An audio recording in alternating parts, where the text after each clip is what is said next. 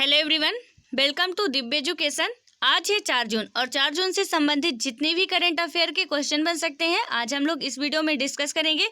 सो आप में से जो भी इस चैनल पे नया हो चैनल को जरूर सब्सक्राइब कर ले तथा अपने दोस्तों को भी शेयर कर दे ताकि उन तक भी ये वीडियो पहुंच जाए। ठीक है, और वीडियो पसंद आए तो लाइक जरूर करना। यहाँ पे बात करें कल के अभ्यास प्रश्न की, तो कल का अभ्यास प्रश्न था कि द इका बाग पुस्तक किसके द्वारा लिखी गई है जिसका इंटरनेट संस्करण हाल ही में जारी किया गया है। तो इसमें ए में था एमा वाटसन, बी में था जेके राउलिंग, सी में था स्टीफन किंग और डी में था हेलेना बोहेम कार्टर।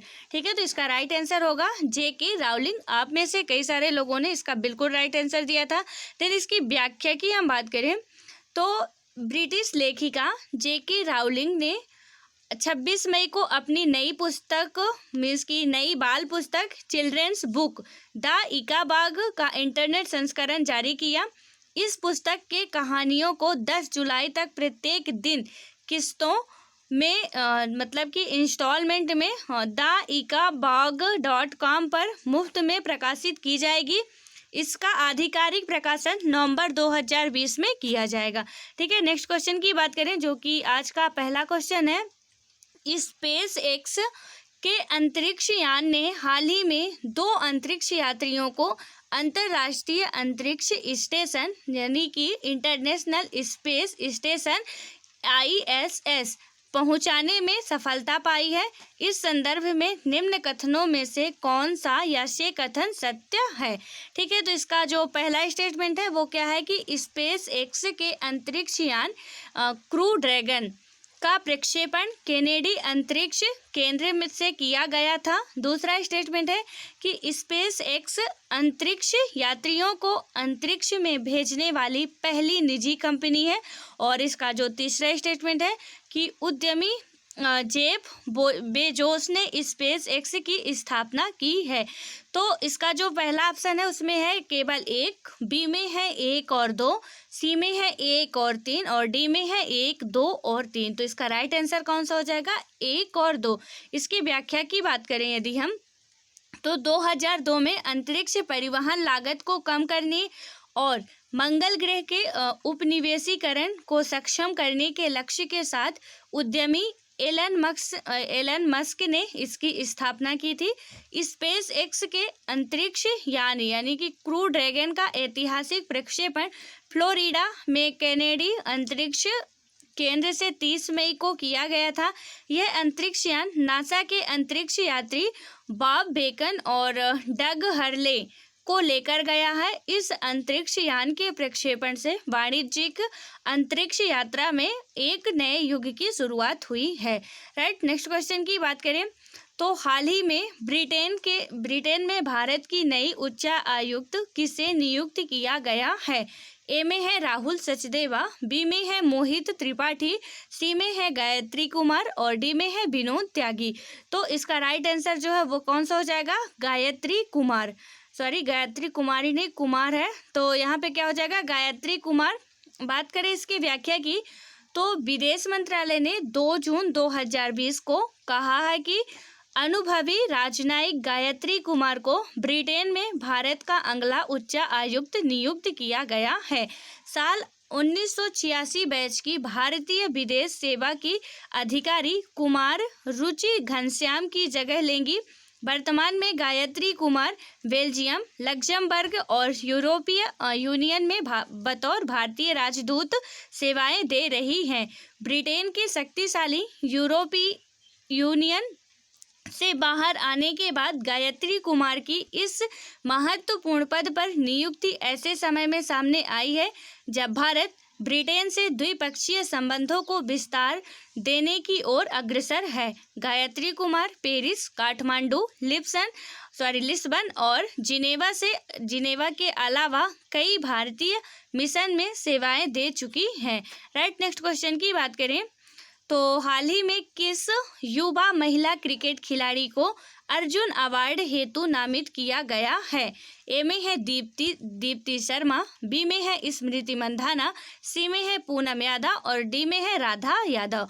ठीक है, तो इसका जो राइट आंसर है वो हो जाएगा दीप्ति शर्मा। इसके व्याख्या की बात करें तो दीप्ति शर्मा एक भारतीय क्रिकेटर है। उन्होंने 28 नवंबर 2014 को दक्षिण अफ्रीका के खिलाफ वनडे में अंतर्राष्ट्रीय क्रिकेट में अपना पहला प्रदर्शन किया। वे एक बाएं हाथ के बल्लेबाज हैं और राइट आर्म की मध्यम गति वाली गेंदबाजी करती हैं। अर्जुन पुरस्कार खिलाड़ियों को दिए जाने वाला एक पुरस्कार है जो भारत सरकार द्वारा खेल के क्षेत्र में उत्कृष्ट प्रदर्शन के लिए दिया जाता है। इस पुरस्कार का प्रारंभ साल 1961 में हुआ था।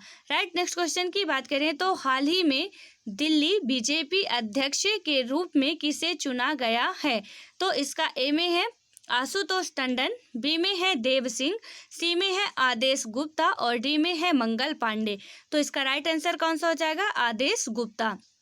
इसकी व्याख्या की बात करें तो भारतीय जनता पार्टी यानी कि बीजेपी ने कोरोना संकट के बीच बड़ा बदलाव किया है। दिल्ली बीजेपी अध्यक्ष पद से मनोज तिवारी को हटा दिया गया है। अब उनकी जगह पर आदेश कुमार गुप्ता को दिल्ली बीजेपी की कमान दी गई है।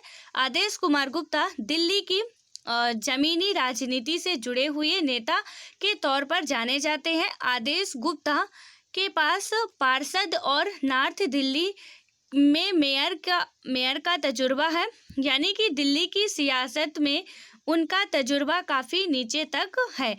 आदेश गुप्ता मूल रूप से उत्तर प्रदेश मीन्स की यूपी के रहने वाले हैं। वे कॉलेज की पढ़ाई पूरी करने के बाद दिल्ली आ गए थे। राइट, नेक्स्ट क्वेश्चन की बात करें तो हाल ही में किस चक्रवाती तूफान के वजह से महाराष्ट्र एवं गुजरात में अलर्ट जारी किया गया है? तो ए में होगा अम्फान, बी में है कैटरीना, सी में है ओखी और डी में है निसर्ग।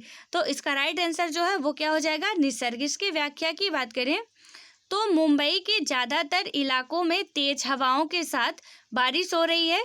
मुंबई और गुजरात के ज़्यादातर इलाकों में रेड अलर्ट जारी किया है। निसर्ग तूफान मुंबई में अलीबाग के तट से टकराया है। मौसम विभाग के मुताबिक चक्रवाती तूफान करीब 120 किलोमीटर प्रति घंटा की रफ्तार से टकराया है। मौसम विभाग के मुताबिक बीती एक सदी में ये पहला चक्रवाती तूफान है जो महाराष्ट्र के तट से टकराया। इससे पहले 1948 में और 1980 में 2 बार चक्रवाती तूफान उठा था, लेकिन वो तट से नहीं टकराया, समुद्र में ही कमजोर पड़ गया था। राइट, नेक्स्ट क्वेश्चन की बात करें तो विश्व साइकिल दिवस निम्न में से किस दिन मनाया जाता है? ए में है 25 मार्च, बी में है 10 जनवरी, सी में है 15 अप्रैल और डी में है 3 जून। तो इसका राइट आंसर जो है वो क्या हो जाएगा? 3 जून। इसकी व्याख्या की बात करें तो प्रतिवर्ष 3 जून को अंतर्राष्ट्रीय विश्व साइकिल दिवस मनाया जाता है। संयुक्त राष्ट्र द्वारा पहला आधिकारिक विश्व साइकिल दिवस 3 जून 2018 को मनाया गया था। यह दिवस परिवहन के एक सरल, किफ़ायती, भरोसेमंद और पर्यावरण की सुरक्षा को प्रोत्साहित करने के लिए मनाया जाता है। भारत में भी साइकिल के पहियों ने आर्थिक तरक्की में अहम भूमिका निभाई है। राइट, नेक्स्ट क्वेश्चन की बात करें तो केंद्रीय मंत्रिमंडल ने हाल ही में कितने खरीफ फसलों के न्यूनतम समर्थन मूल्य में बढ़ोतरी को मंजूरी दे दी है? तो ए में है 20, बी में है 25, सी में है 14 और डी में है 10। ठीक है, तो इसका राइट आंसर है वो क्या हो जाएगा? 14 हो जाएगा। इसकी व्याख्या की बात करें तो केंद्रीय मंत्रिमंडल ने हाल ही में कई संशोधनों को मंजूरी दी है। साथ ही मंत्रिमंडल ने खरीफ की 14 फसलों के न्यूनतम समर्थन मूल्य यानी कि MSP को बढ़ाने के लिए भी मंजूरी दे दी है। सरकार ने किसानों को फसल पर उनकी लागत की तुलना में 50 से 83% तक अधिक रिटर्न मिलना सुनिश्चित किया है। कैबिनेट ने फसल वर्ष 2020-21 के लिए धान की MSP 1868 रुपये और जौ की MSP 2620 रुपये, बाजरा की MSP 2150 रुपये और प्रति कुंटल तय की है। ठीक है, कपास की जो MSP है वो 260 रुपये से बढ़ाकर 5,515 रुपये प्रति क्विंटल कर दी गई है। नेक्स्ट क्वेश्चन की बात करें तो केंद्र सरकार ने जल जीवन मिशन के तहत हाल ही में किस राज्य को 1,407 करोड़ रुपए आवंटित किए हैं? ए में है पंजाब, बी में है असम, सी में है झारखंड और डी में है तमिलनाडु। तो इसका राइट आंसर कौन सा हो जाएगा? असम। इसकी व्याख्या की बात करें तो असम में जल जीवन मिशन का लक्ष्य 2020-21 तक 13 लाख से अधिक ग्रामीण परिवारों को नल कनेक्शन प्रदान करना है। राज्य का उद्देश्य कमजोर और हाशिए पर पड़े वर्गों को प्राथमिकता के आधार पर रखना है। ग्रामीण समुदाय की सक्रिय भागीदारी के साथ ग्राम कार्य योजनाएं बनाई गई हैं। इस मिशन के तहत हर घर में पाइप के द्वारा पानी पहुंचाने का लक्ष्य है। प्रधानमंत्री मोदी ने लोगों से आगे आने और जल संसाधनों के संरक्षण में योगदान देने का भी आग्रह किया है। राइट, नेक्स्ट क्वेश्चन की बात करें तो केंद्र सरकार ने मोबाइल फ़ोन उत्पादन में दुनिया का शीर्ष देश बनने के साथ ही इलेक्ट्रॉनिक उत्पादों एवं उसके कल पुर्जों के उत्पादन को गति देने के उद्देश्य से करीब 50,000 करोड़ रुपए की लागत से कितने नई योजनाएं शुरू करने की घोषणा की है? ठीक है, तो इसमें ए में है 5, बी में है 7, सी में है 3 और डी में है 4। तो इसका राइट आंसर कौन सा हो जाएगा? 3। इसकी व्याख्या की बात करें तो इलेक्ट्रॉनिक्स सूचना प्रौद्योगिकी मंत्री रविशंकर प्रसाद ने कहा कि इसके तहत इलेक्ट्रॉनिक्स उत्पादों के विनिर्माण को पिछले 6 वर्षों में गति मिली है और अभी भारत दुनिया का दूसरा सबसे बड़ा मोबाइल फ़ोन उत्पादक देश बन चुका है। देश को अगले कुछ वर्षों में दुनिया का शीर्ष देश बनने का लक्ष्य रखा गया है। उन्होंने कहा है कि इन तीनों योजनाओं से अगले 5 वर्षों में करीब 10 लाख लोगों को रोजगार मिलने का अनुमान है। इसके साथ ही 8 लाख करोड़ रुपए के विनिर्माण और 5.8 लाख करोड़ रुपए के निर्यात का लक्ष्य रखा गया है।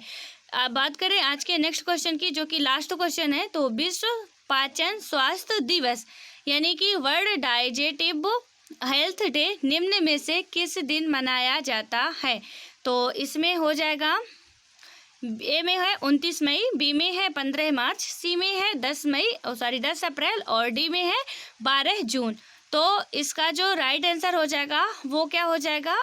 29 मई। इसकी व्याख्या की बात करें तो प्रतिवर्ष 29 मई को विश्व पाचन स्वास्थ्य दिवस मनाया जाता है।